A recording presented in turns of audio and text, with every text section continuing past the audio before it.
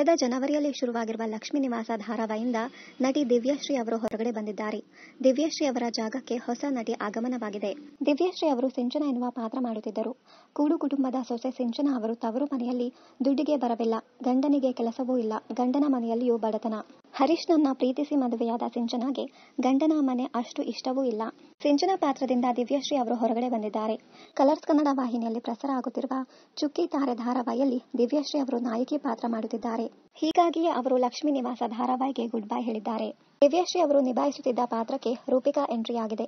ಚೆಲುವಿನ ಚಿಲುಪಿಲಿ ಸಿನಿಮಾ ಸೇರಿದಂತೆ ದೊರೆಸಾನಿ ಧಾರಾವಾಹಿಯಲ್ಲಿ ನಟಿಸಿದ ರೂಪಿಕಾ ಅವರು ಲಕ್ಷ್ಮೀ ನಿವಾಸ ತಂಡಕ್ಕೆ ಎಂಟ್ರಿ ಕೊಟ್ಟಿದ್ದಾರೆ. ಮನೆ ಕಟ್ಟಿ ನೋಡು, ಮದುವೆ ಮಾಡಿ ನೋಡು ಎಂಬ ಗಾದೆ ಇದೆ. ಈ ಧಾರಾವಾಹಿಯಲ್ಲಿ ಕೂಡ ಲಕ್ಷ್ಮೀ ನಿವಾಸದ ಮುಖ್ಯಸ್ಥನಿಗೆ ಮನೆ ಕಟ್ಟಬೇಕು ಎಂಬ ಆಸೆ. ಆದರೆ ಇವನ ಆಸೆಗೆ ಇವನ ಮಕ್ಕಳು ಸೊಸೆಯಂದಿರು ಸಹಾಯ ಮಾಡುವುದಿಲ್ಲ. ಇದು ಪಕ್ಕಾ ಮಧ್ಯಮ ವರ್ಗದ ಕುಟುಂಬದ ಕತೆ. ಲಕ್ಷ್ಮಿ ಕುಟುಂಬದಲ್ಲಿ 4 ತಲೆಮಾರಿನ ಕತೆ ಇದೆ.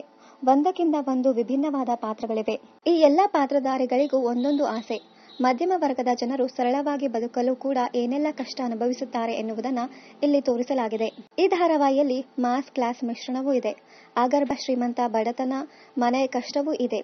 ಹಳ್ಳಿಯ ರಾಜಕಾರಣವೂ ಇದೆ. ಕಾಲೇಜು ಲವ್ ಸ್ಟೋರಿ ಕೂಡ ಇದೆ. ಒಟ್ಟಿನಲ್ಲಿ ಇದು ಪಕ್ಕಾ ಪ್ಯಾಕೇಜ್ ಇರುವ ಸೀರಿಯಲ್ ಎನ್ನಬಹುದು. ಸಾಯಿ ನಿರ್ಮಲಾ ಪ್ರೊಡಕ್ಷನ್ ಸಂಸ್ಥೆ ಈ ಧಾರಾವಾಹಿಯನ್ನ ನಿರ್ಮಾಣ ಮಾಡಿದ್ದಾರೆ. ಆದರ್ಶ್ ಉಮೇಶ್ ಹೆಗ್ಡೆ ಅವರು ಈ ಸೀರಿಯಲ್ಗೆ ನಿರ್ದೇಶನ ಮಾಡುತ್ತಿದ್ದಾರೆ. ನಟಿ ಚಂದನಾ ಅನಂತ ಕೃಷ್ಣ, ಶ್ವೇತಾ, ದಿಶಾ ಮದನ್, ಲಕ್ಷ್ಮಿ ಪಡೇಕರ್, ಮಧು ಹೆಗಡೆ, ಅಜಯ್ ರಾವ್, ದಿವ್ಯಶ್ರೀ ಮುಂತಾದವರು ಈ ಸೀರಿಯಲ್ನಲ್ಲಿ ನಟಿಸುತ್ತಿದ್ದಾರೆ.